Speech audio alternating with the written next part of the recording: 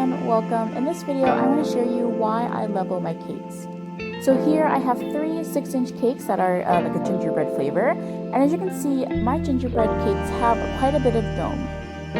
If I were just serving one layered cake, this extra inch of dome wouldn't really make a difference. However, once I go to stack these, as you'll see in a bit here, this is going to create a lot of instability within your structure.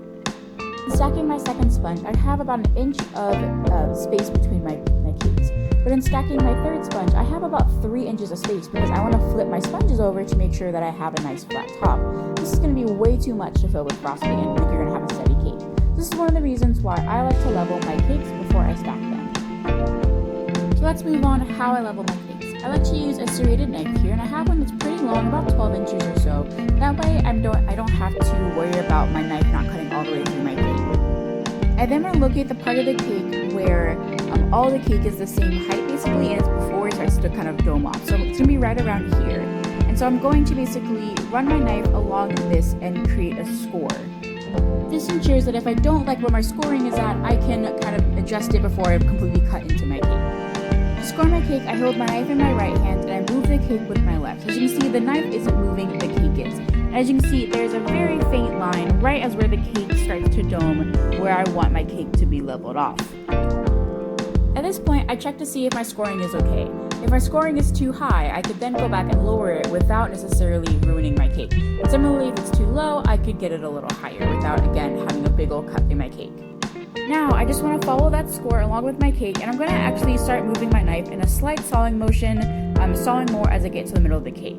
I don't like to saw toward the edges of my cake because I find that I have a lot more tears. As you can see, there's a bit of a gap coming up because I use a bit too much of a saw motion, and so you can see right here, it created a little bit of breakage. So I like to, if I'm going to saw, I will saw more toward the middle of my cake because that is the area that there isn't going to be any breakage. Another benefit to not really using the saw method is that you're likely to have a flatter cake.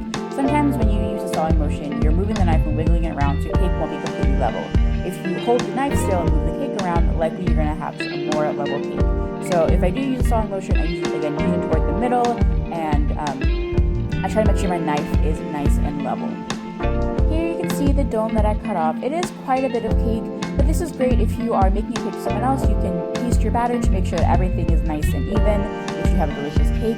You can also make cake pops with this, or personally, I like to snack on it. That being said, if you want to completely avoid having to level your cakes, you can use one of 2 methods. So one is a cake strip, which is a piece of fabric that you soak in water and then wrap around the outside of your cake tins. This makes sure that your outside doesn't cook faster than your inside, so that way it all rises at the same level.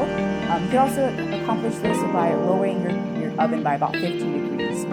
So this cake was actually baked at 335, which is the temperature you typically use to get a nice level cake. So this cake is kind of the exception here. As you can see, it's still domed with that 305 temperature, but the other cakes that I've made, including a vanilla cake and a honey cake, and a chocolate cake from the video where I show you how to fill a cake, all of those were cooked at around 335, and all of them came out relatively flat. So those are some options as well. If you're worried about too much extra cake, you can also cut off your dome a little bit higher, or level your cake a little bit higher, so that way you're wasting less cake.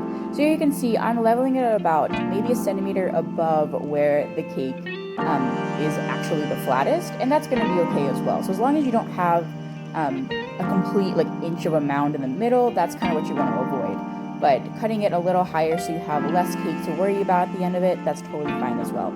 And with that, all 3 of my cakes are leveled, and I can guarantee that I'm going to have a nice, even, and a sturdy cake. So thank you guys so much for watching this video. If you liked it or want to see more content, you guys know what to do. And I will see you guys in the next video.